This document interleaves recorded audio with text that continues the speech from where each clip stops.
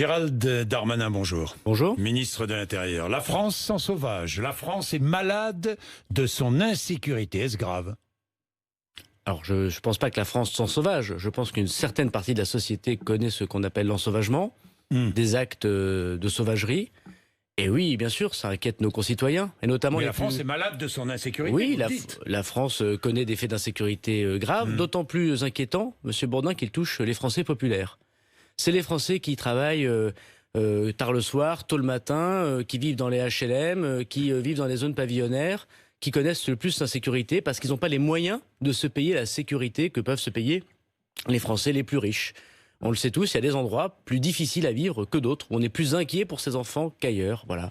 Et donc le rôle de l'État, le rôle du ministre de l'Intérieur, c'est d'être la protection de ceux qui n'ont pas de relation. Donc une forme de banalisation de la violence. Le président de la République a utilisé le mot et je le crois très juste. Banalisation de la violence. Pourquoi est-ce que vous avez employé ce mot ensauvagement qui est connoté, on le sait, connoté sauvageons Jean-Pierre Chevènement, connoté par les identitaires d'extrême droite. Pourquoi le mot ensauvagement? On est dans un monde particulier où vous arrivez à mettre dans la même phrase Jean-Pierre Chevènement et les identitaires d'extrême droite. Moi, je souhaite que la France ressemble à celle de Jean-Pierre Chevènement pour combattre justement les identitaires d'extrême droite. Vous savez, je suis né en 82. La première fois que j'ai voté, c'était contre Jean-Marie Le Pen. Lorsque je suis devenu député, c'était au lendemain où Madame Le Pen était au second tour de la présidentielle. Lorsque j'ai dirigé la campagne de Xavier Bertrand et j'ai quitté le Parlement pour ça, dans la région des Hauts-de-France, c'était pour battre Madame Le Pen. Lorsque je me suis présenté aux élections municipales à Tourcoing, aux élections présidentielles, Madame Le Pen faisait plus de 30%. Aux dernières municipales contre moi, son parti a fait moins de 6%. Et je pense que si on ne met pas des mots sur les choses, si on n'a pas, par ailleurs, des actions extrêmement concrètes... Des mots déjà employés. Mais des mots sur les choses. Si par ailleurs, Monsieur Bourdin, ensuite, ces mots, c'est intéressant, mais les actions sont encore plus intéressantes, extrêmement concrètes. Si on dit aux Français qui nous écoutent qu'on va agir pour eux et qu'on sait ce qu'ils vivent, si on ne dit pas les mots qui correspondent à ce qu'ils vivent, alors on n'est pas compris par eux. Et moi, je souhaite, de ma longue expérience d'élu local dans le nord de la France, je souhaite dire aux Français que je comprends ce qu'ils vivent, qu'ils connaissent depuis de très nombreuses années, des actes de délinquance totalement inacceptables. Et vous savez, cette crise de l'autorité, elle date pas d'hier. Oui. Ça fait des dizaines d'années qu'on n'accepte pas. Alors, est-ce que Marine Le Pen a raison d'employer de tels mots? Mais Madame avait raison d'employer de tels mots. Lorsqu'elle dit qu'il n'y a plus de droit, ni d'état de droit, c'est ce qu'elle a dit hier. La barbarie s'installe avec la barbarie. On ne négocie pas. Madame Le Pen n'est pas sérieuse. Madame Le Pen, c'est l'irresponsabilité faite femme. Qu'a-t-elle fait concrètement? Elle est députée de la Nation, Madame Le Pen. Elle n'a pas voté la loi de Gérard Collomb, portée par le président de la République contre le terrorisme. Elle l'a pas votée. Elle n'a pas voté les lois de finances que j'ai présentées à la demande du président de la République pour augmenter de 10 000 policiers et gendarmes, ce qui arrive concrètement dans les commissariats et dans les gendarmeries. Elle n'a pas voté cela, parce qu'elle est pour la politique du pire. Madame Le Pen, elle n'a pas souhaité non plus voter tout le travail qu'on a fait contre l'immigration irrégulière et contre le dévoiement du droit d'asile. Elle ne l'a pas voté. Quand elle était parlementaire européen, elle a voté contre toutes les dispositions qui prévoyaient justement de renforcer la sécurité des Européens et des Français. Madame Le Pen, elle vit des problèmes. Donc elle n'a aucune envie que ces problèmes se résolvent. La grande différence que nous avons avec elle, et je le dis à ses électeurs... Elle n'a jamais été au pouvoir. Mais les députés de la Nation. Moi, j'ai été député, Monsieur Bourdin. Et c'est logiquement qu'on me demandait sur votre antenne ou dans ma circonscription, qu'est-ce que vous avez voté contre ça? Madame Le Pen, je le dis avec franchise, n'a jamais voté une disposition en 3 ans pour renforcer la sécurité des Français. Même l'augmentation des policiers, elle ne l'a pas votée. Parce que Madame Le Pen, elle a une petite PME qui consiste simplement à faire des discours, à parler et à pouvoir espérer que les problèmes perdurent. Et le travail des Républicains, c'est de dire non à cette farce tragique pour le pays et de dire à Madame Le Pen que si elle veut résoudre le problème des Français, qu'elle vote les dispositions quand ils vont dans le bon sens pour la République et pour les Français. Et si on veut que les électeurs de Mme Le Pen arrêtent de voter pour elle, il faut leur dire qu'on a compris quelle était leur difficulté de vie. La France est malade de son insécurité, on est bien d'accord, c'est ce que vous avez dit, donc le laxisme a prévalu avant vous. Pourquoi en est-on arrivé là? Je ne suis pas certain que le laxisme ait prévalu avant moi. Alors pourquoi? Je pense d'abord que ceux qui commettent... C'est ce que les Français ne comprennent pas, Gérald Darmanin. Je pense que ce que les Français... On a l'impression que vous découvrez, pas vous, mais que vous découvrez, que vous découvrez cette insécurité. Le président de la République, Monsieur Bourdin, par exemple. Monsieur Bourdin, ce que les Français constatent, oui, qu'est-ce qu'ils constatent? C'est qu'une petite partie du pacte national est contestée par une petite partie d'individus. c'est toujours les mêmes, comme on dit. Hein. Moi, quand j'étais maire, on me disait, monsieur le maire, vous savez bien, hein, c'est toujours les mêmes. Toujours les mêmes qui dealent du shit en bas de l'immeuble, c'est toujours les mêmes qui cambriolent les bagnoles, c'est toujours les mêmes qu'on revoit et qui sont sortis du système scolaire, c'est toujours les mêmes. Et ça fait des dizaines d'années que la crise d'autorité, elle ne vient pas simplement de l'État. Les parents, une partie des parents ont démissionné, une partie de l'école a pu démissionner, une partie des services sociaux ont pu démissionner. Et que fait le président de la République depuis 3 ans ? Il remet droit le mur. La première grande politique de sécurité qu'on met en place, c'est celle de M. Blanquer. Quand on dédouble les classes de maternelle et de primaire, on fait un travail formidable pour la République. Parce que quand on n'a pas assez de vocabulaire, quand on est sorti du système scolaire, à la fin des fins, c'est les policiers et les gendarmes qui sont face à des gens qui, effectivement, n'ont pas eu toutes les chances parfois dans la République ou qui sortent sciemment du pacte républicain. Lorsqu'on accepte l'idée, Monsieur Bourdin, que effectivement, lorsqu'on commet des actes de délinquance, lorsqu'on fume un joint, c'est pas très grave, mais c'est extrêmement grave. Quand on fume un joint, Monsieur Bourdin, on a l'impression que c'est récréatif. Et c'est pas vrai que pour les gens des quartiers, comme on dit. C'est vrai pour les beaux arrondissements de Paris. En fait, on a participé à un trafic. On a fait vivre le crime organisé. On a fait exploiter des êtres humains. On a parfois financé le terrorisme. On a désocialisé des dizaines de milliers de jeunes. Je pense que chaque famille française qui m'écoute le sait. Lorsqu'on est dépendant de ces addictions. Et on n'a pas su dire les mots sur les choses. Et oui, consommer de la drogue, non seulement c'est de la merde, mais c'est grave. Alors parlons-en, Gérald Darmanin, parce que c'est l'un de vos combats principaux. J'ai bien compris, la lutte contre la consommation de drogue, cannabis ou autre, des amendes, 200 €, c'est bien cela. Il y a eu des tests qui ont été effectués, ça a donné quoi ? Il y a eu 500 amendes. Alors, il y a eu une expérimentation. 588 amendes qui ont été données, 300 qui ont été envoyées directement aux personnes contrevenantes pour 200 €. Voilà, c'est très concrètement. Elles sont payées ces amendes ? Oui. Alors sur les 300 amendes qui ont été envoyées, on a plus de la moitié qui ont déjà été payées sous 45 jours. Et si elles ne sont pas payées, que se passe-t-il ? Eh ben, nous allons faire des poursuites et des saisies. C'est très important. Saisie sur salaire, saisie sur les comptes en banque. C'est ce qui se passe. En banque, si personne, Monsieur Bourdin, si vous faites une amende de sécurité routière, une amende dans la rue, si vous la payez pas, vous avez des relances et à la fin il y a des saisies. Bon, donc moi j'ai été ministre du budget, je sais que les impôts font leur travail et poursuivent les contrevenants. Ce que je voulais vous dire, c'est qu'auparavant, qu'est-ce qui se passait ? Quand il y avait des policiers qui, à 1h du matin, dans le métro, chopaient quelqu'un qui avait 4-5 grammes de cannabis. Ils avaient 2 solutions, ces policiers.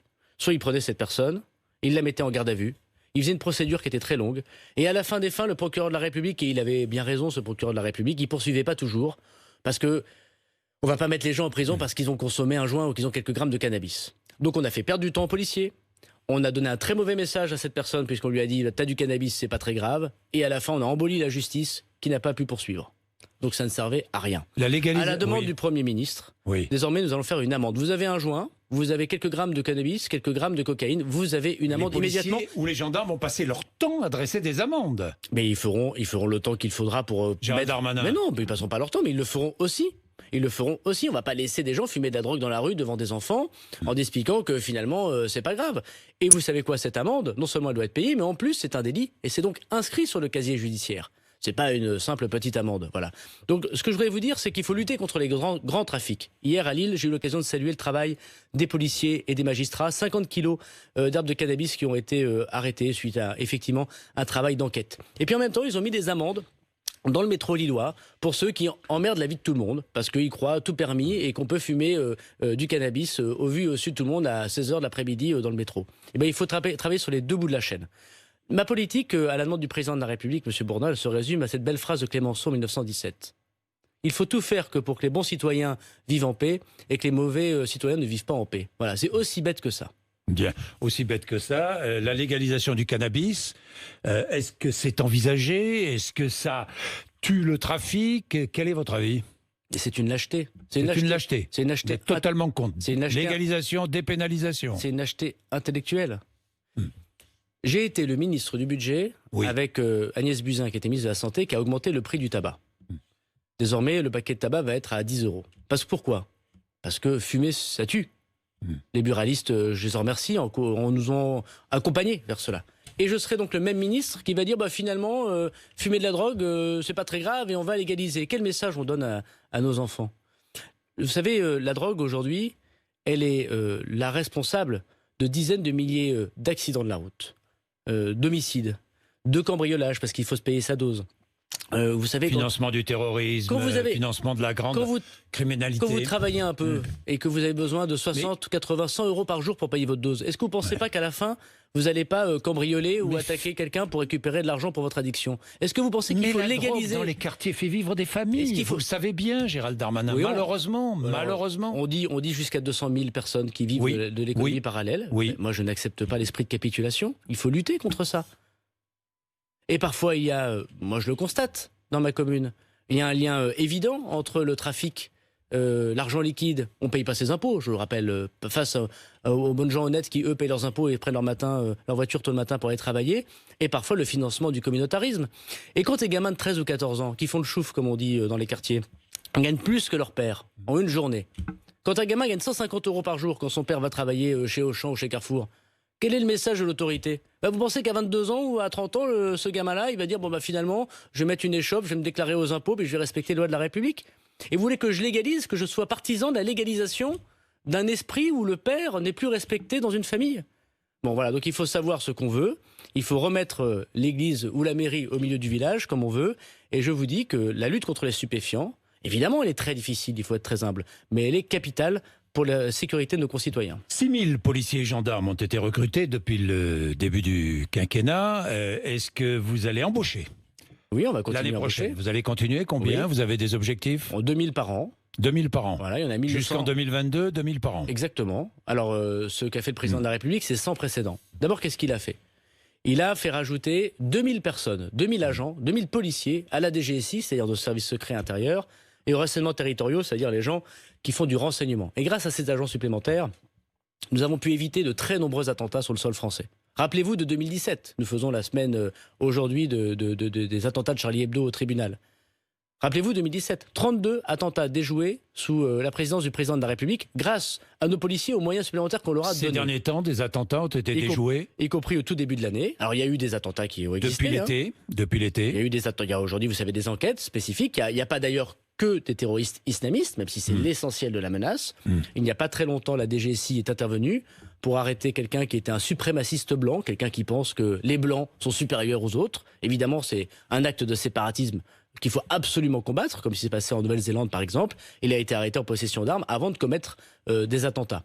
Et donc ces moyens supplémentaires, on les doit au président de la République. Et puis ensuite, une fois que ces services de renseignement ont été abondés en personnel, il faut s'occuper des policiers et des gendarmes du quotidien. C'est ce qu'a fait Christophe Castaner, c'est ce que je vais continuer de faire. Il y a désormais chaque année 2000 policiers et gendarmes de plus, en plus des départs à la retraite, dans les commissariats. Est-ce que le budget du ministère de l'Intérieur, vous connaissez bien le budget, les comptes publics, Gérald Darmanin, est-ce que le budget du ministère de l'Intérieur va augmenter? Mais il a augmenté déjà. Mais il a augmenté plus d'1 milliard d'euros depuis 3 ans. Il va encore augmenter.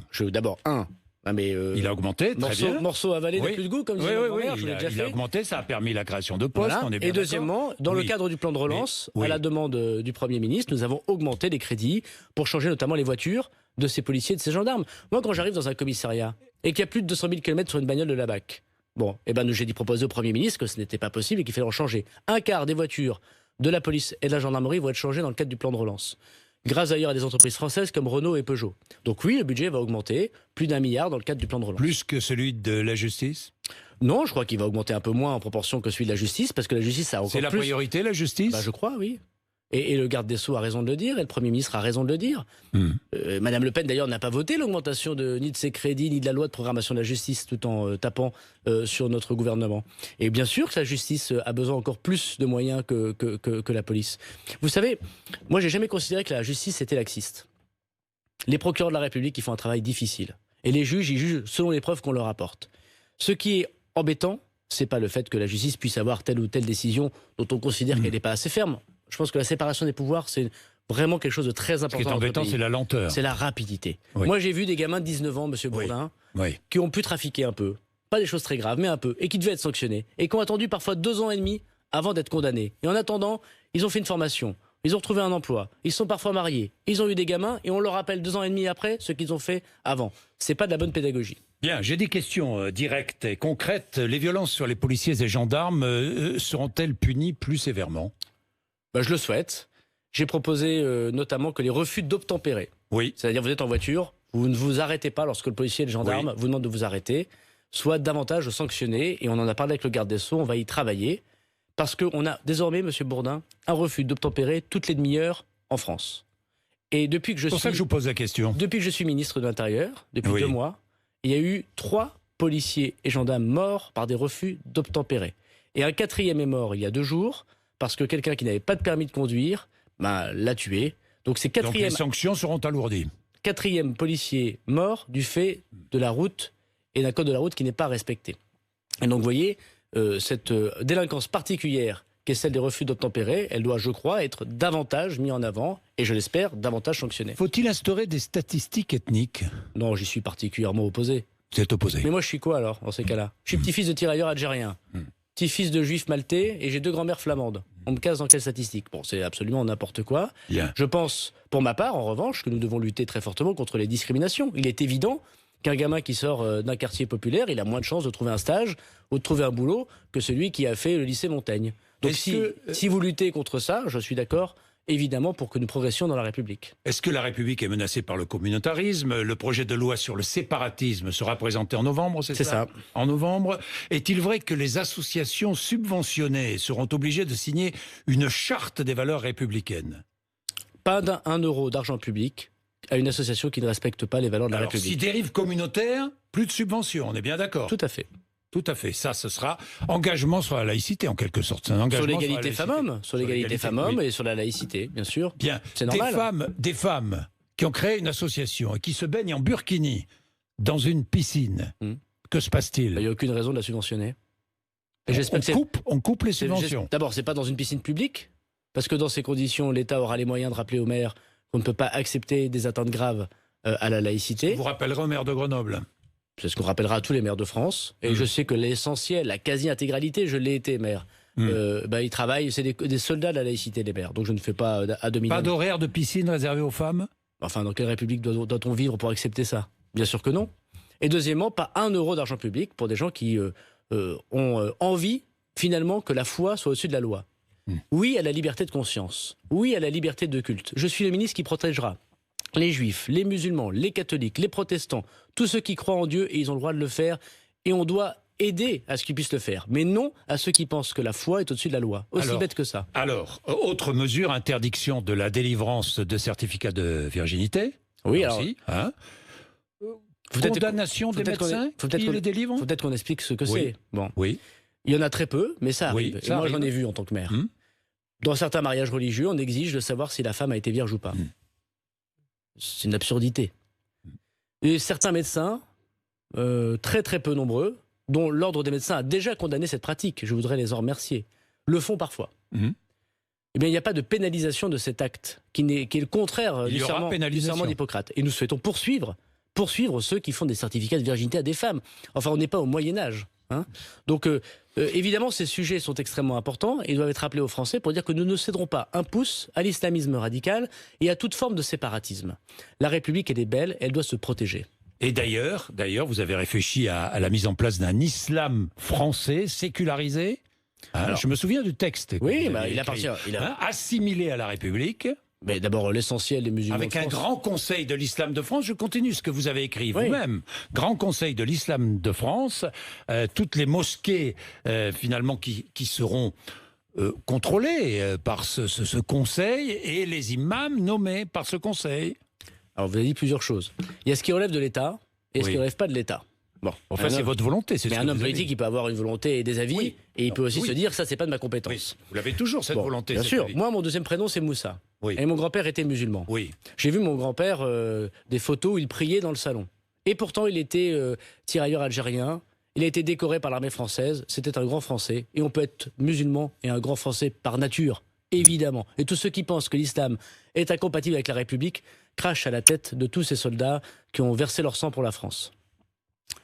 En même temps, il faut que l'islam, qui est une grande religion, puisse faire le travail, et c'est tout à fait normal qu'on fait auparavant, d'abord les protestants, puis les juifs sous Napoléon, puis les catholiques au début du XXe siècle, de sécularisation, pour être dans la France d'aujourd'hui, une religion qui permet à ses fidèles de vivre leur foi tout en respectant les valeurs de la République. C'est le cas de la quasi-intégralité des musulmans de France. Mais on le sait, il y aurait des dérives sectaires dans l'islam extrêmement dangereuses, qu'on peut appeler le salafisme, l'islam radical, qu'il faut combattre.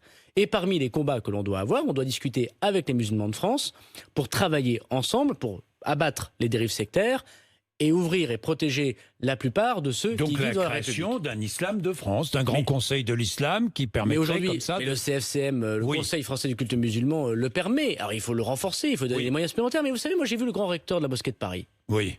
Un homme de bien, qui a pris la parole publiquement et qui a expliqué, même s'il a pu être choqué par les caricatures du prophète à la une de Charlie Hebdo, et moi je comprends qu'on puisse être choqué, mais il a dit la liberté d'expression, c'est que Charlie Hebdo puisse le faire.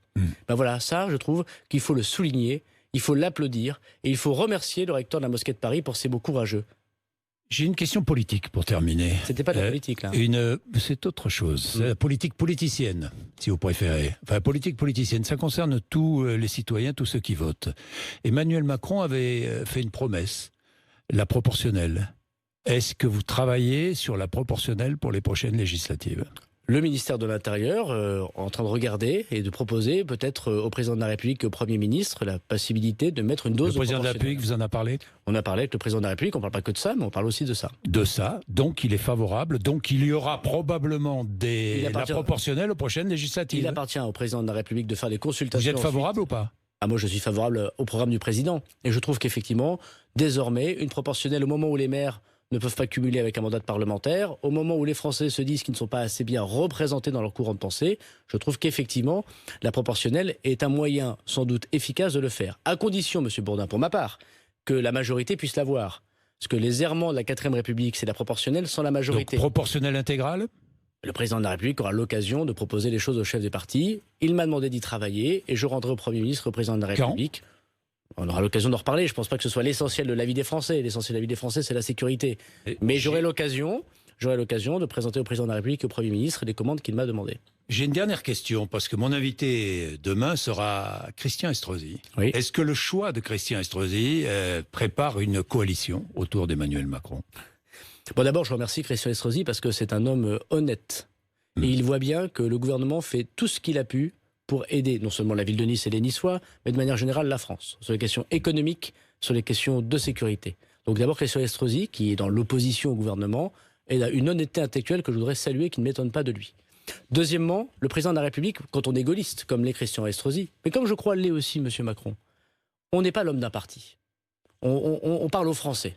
Et qu'il y ait des Français qui n'ont pas voté pour Emmanuel Macron, qu'il y ait des militants politiques qui ont même combattu Emmanuel Macron, et qui se disent, regardez ce type-là, il fait ce qu'il peut. Sur la scène internationale, il montre que la France a une grande voix. Regardez ce qu'il a fait au Liban. Il est au rendez-vous des grands sujets français. Et que c'est finalement le meilleur qu'on puisse avoir pour être président de la République dans ces temps si troublés, je dis banco. Et j'espère, Monsieur Bourdin, que d'autres, Christian Estrosi, et je suis sûr qu'il y en aura, appelleront à voter pour le président de la République. Merci, 8h56. Merci Gérald Darmanin. Merci Christian Estrosi, qui sera donc à votre place demain matin à 8h30.